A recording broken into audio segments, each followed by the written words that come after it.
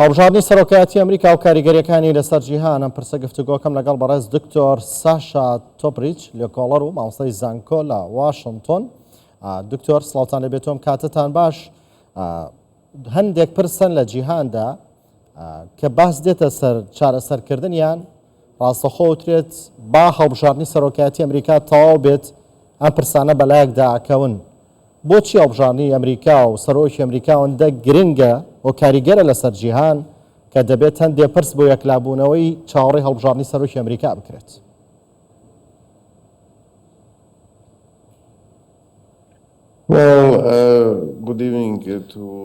ئێوارە باش بۆ هەموو دۆستەکانم لە کوردستان و تەواوی ناوچەکە. سیرکە ئەمریکا هێزی جیهانی سەرەکیە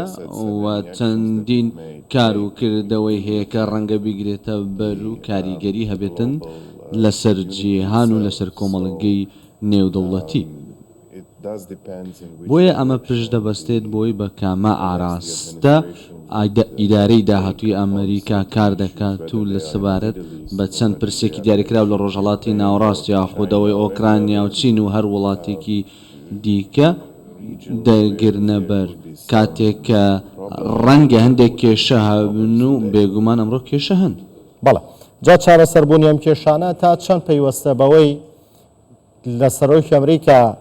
کاندیدی دیموکراتەکانە بێتە سەرۆک یاخود کاندیدی کۆماریەکانە بێتە سەرۆک، چونکە ترامپ دەڵێ گەر من بمە سەرۆک زۆرینی ئەم شەڕواژاوی ئێستا لە جیهاندا هەیە ڕایەگرم. بوونی ئەم دوانە کاندیدی دیموکراتەکان و کۆماریەکان کامیان زیاتر کاریگەری لەسەر هێوەربوونەوەی دۆخی جیهان هەیە؟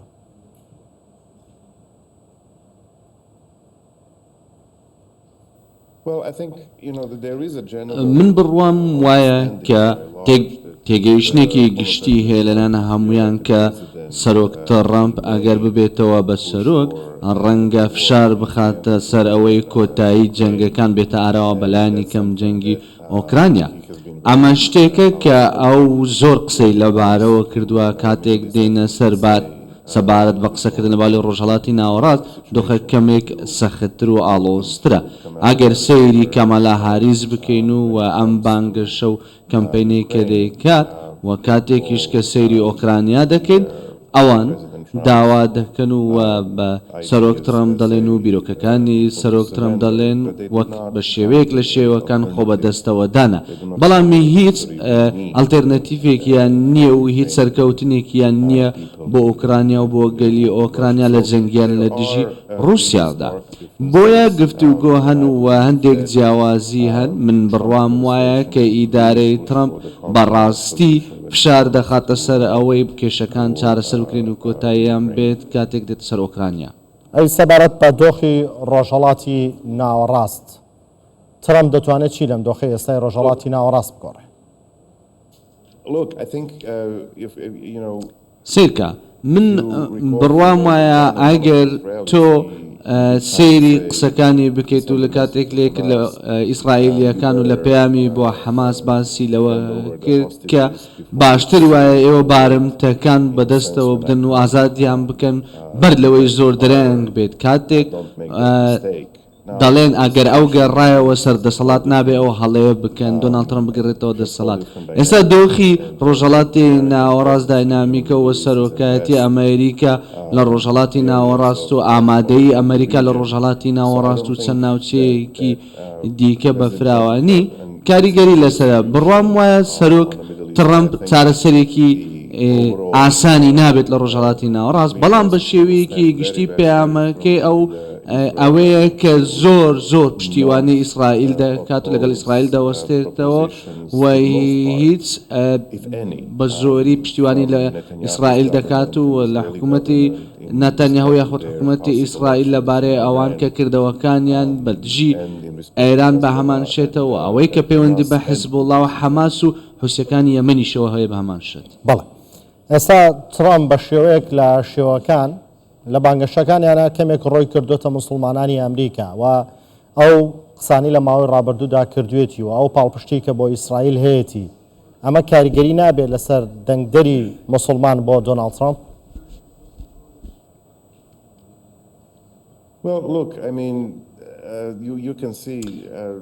من بڕۆمایە کە تۆ دەتوانیت ببینی زۆرێک لە قسە و گفتوگۆ هەن کاتێک دێنە سەربارەت بەوێنە گشتی کلێشەکان و ئەو گفتوگویانی کە دەکرێن زۆرێک لە جووەکان کشاونەتەوە لە پشتیوانیکردنی کاندیدە دیموکراتەکان لە ماوەی هەڵبژاردنەکانی ئەمریکادا چەندین گروپی هیسپانی هەن و ئەروەها ئەفریقی ئەمریکیشتن کە پشتیوانی سەرۆک ترامپ دەکەن بۆیە چەندین کێشەی هاوتا هەن کە تەنیا پەیوەندی بە غەزەوە نییە بۆی ئەم کاریگەریان ناوەمانە کاریگەری لەسەر کۆمەڵگەکان هەن ئەگەر گوێ لەو کەسانە بگرین کە پشتیوانی لە ترامپ دەکەن خەڵک زۆر نیگەرانە لەبارەی ئاسایشی وڵاتەکانی خۆیان وە کۆچی نایاسایی بەڕاستی زۆر بەرز بووە تەواوای کردووە زۆرێک لەلایەنەکانی وڵاتی ئێمە قەیرانی زیاتر و تاوانی زیاتر و بکوژی زیاتر دێنە نێو ئەمریکا و کوڕ و گەنجانی کچانی گەنجی ئەمریکی دەکوژن بڕام وایە کاتێک سەری دەکەی زۆر لایەنی دیکە هەن کە پەیوەندیان نییە یاخود بە دیاریکراوی بە تایبەتی پەیوەندی بە سیاسەتی دەرەوە نییە لەگەڵ ئەوەشتا زۆر بە دیاریکراوی سەبارەت بۆی کە تۆ پرسیارت کرد سیرکە موسڵمانەکانی ئەمریکا بە هەمان شێوە ئاشتیان دەوێت ئەوەی کە حەماس کردی لە 7 ئۆکتۆبەر بەڕاستی شتێک بوو کە پەڕینەوە بوو لە هەموو هێڵەکان و هێڵی سوور بوو تراژیدیەکی زۆر خراپی کرد و بووە دەستپێکردنی جەنگێکی بەردەوام کە لەلایەن حەماسەوە دەستی پێکراوە بۆیە لە زۆر ڕوەوە من بڕوام وایە خەڵک لە ئەمریکا ئەوان بیرەوەریەکی کورتیان نییە ئەمەیان لەبەرە و بە شێوەیەکی فراوان ئەمەیان لە بیرمەوە پشتیوانی ئیسرائیل دەکەن بەڵێ بە بۆچوونیەوە پاڵپشتی جووەکان بۆ هەر کاندیدێکی چ دیموکراتەکان چ کۆماریەکان لە ئەمریکا تا چەند کاریگەرە بۆ ئەوەی بتوانێت براوە بێتەوە کاندیدەکە پاڵپشتی جووەکانی هەیە یاخود پاڵپشتی جووەکان لەدەسەدا من زۆر دڵخۆشم کە تۆ پرسیارێکی لەمەد کرد لە ئەمریکا ئێمە وڵاتێکی زۆر گەورەین 100 ملیۆن دەنگدەر هەن بڕوام وایە کە هەردوو بربژێرەکان کاتێک دێتە سەبارەت بە ئیسرائیل هەردووکیان پشتیوانی دەکەم من سیاسەتێکی وەها نابینم کە لەبارەی ڕۆژهەڵاتی ناوەڕاست گۆڕانکاری زۆری تێدا بکرێت ڕەنگە فشاری زیاترە بێت لەسەر ئیسرائیل بۆ نمونە ئەگەر کامەلا هاریس وەک سەرۆک هەڵبژێردرێ بە پێچوانەوە لەگەڵ دۆناڵد ترامپ بەڵام هێڵەکە ئەوەیە بابەتە سەرەکی ئەوەیە زۆر گۆڕانکاری و زۆر جیاوازی نییە کاتێک دێنە سەر بربژێرەکان لە بەرامبەر ئیسرائیل و کاتێک سەیری جووە ئەمریکیەکان دەکەیت من بڕوام وایە ئەوان نەکتەنیا کاریگەریان هەیە لەسەر ئیسرائیل ئەوە کە لە ئیسرائیل دووردا هەیە بەڵکو لەسەر جیهان و ئەمریکیەکان و لە سروشتی ئەو دیموکراسیی کە هەیە کە چەندە گرنگە بۆی لە کۆتایی ڕۆژەکەدا ئەمە تەنیا جەنگەکەی غەزە نییە کەوا دەکات ئەمریکیەکان چۆن دەنگ دەدەن بەڵکو خووەکانیان کللتورەکانیان و ژیانی مێژوویان لە ئەمریکا کاریگەری دەبێت بەڵێ لەبارەی سیاسەتی دەرەوە لە نێوان دیموکراتەکان و کۆماریەکان کامیان سیاسەتێکیان پەیڕەو کردووە کە زیاتر لە ئاشتی جیهانە بگونجێت بێگومان هیچ پێم وانە هیچ وڵاتێکە بێت لە دنیادا لەگەڵ شەڕ بێت بەڵام زۆر کا دەڵێن لە هەندێ وڵات ئەمریکا بەرژەوەندی خۆی لەوە بینێتەوە کە گرژی و ئاڵۆزی هەبێت بۆچوونیەوە لەم بارەیەوە چیە هیچ کات لەم دوولایەنە لەگەڵ ئەوە بوون لە هیچ ناوچێکی جیهانە گرژی و ئاڵۆزی هەبێت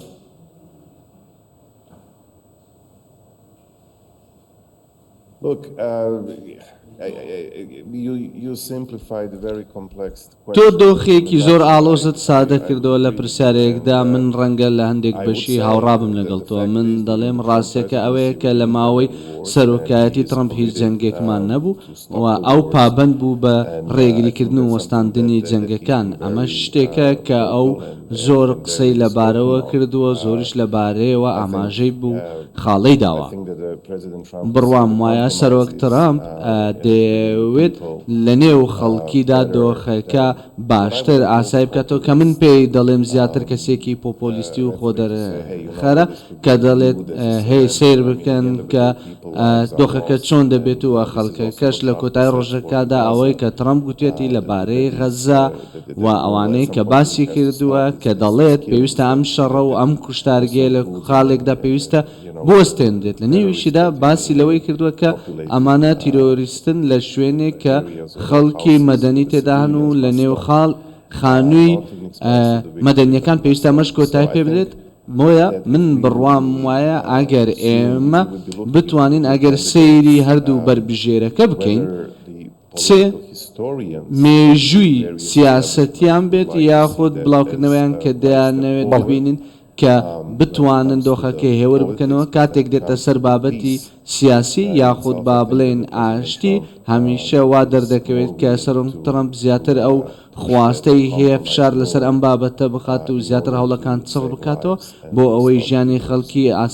بپارێزێت و جەنگەکان کۆتای پێبێنێت. دکتۆر لەبارەی چ شەڕی ئۆکرانیا و رووسیا چه ئیسرائیل و حەماس و حیزبوڵڵا ترامپ ئەڵێت ئیدارەی بایدن ئەوەندە لاوازن و ئەمریکایان کردوتە گاڵتەجار ناتوانن ئەم دۆخە هێور بکەنەوە ڕاستە ئەوە لاوازە ئیدارەی بایدن یان هۆکارەکە چییە کە ترامپ بەم شێوەیە باسییانەکە؟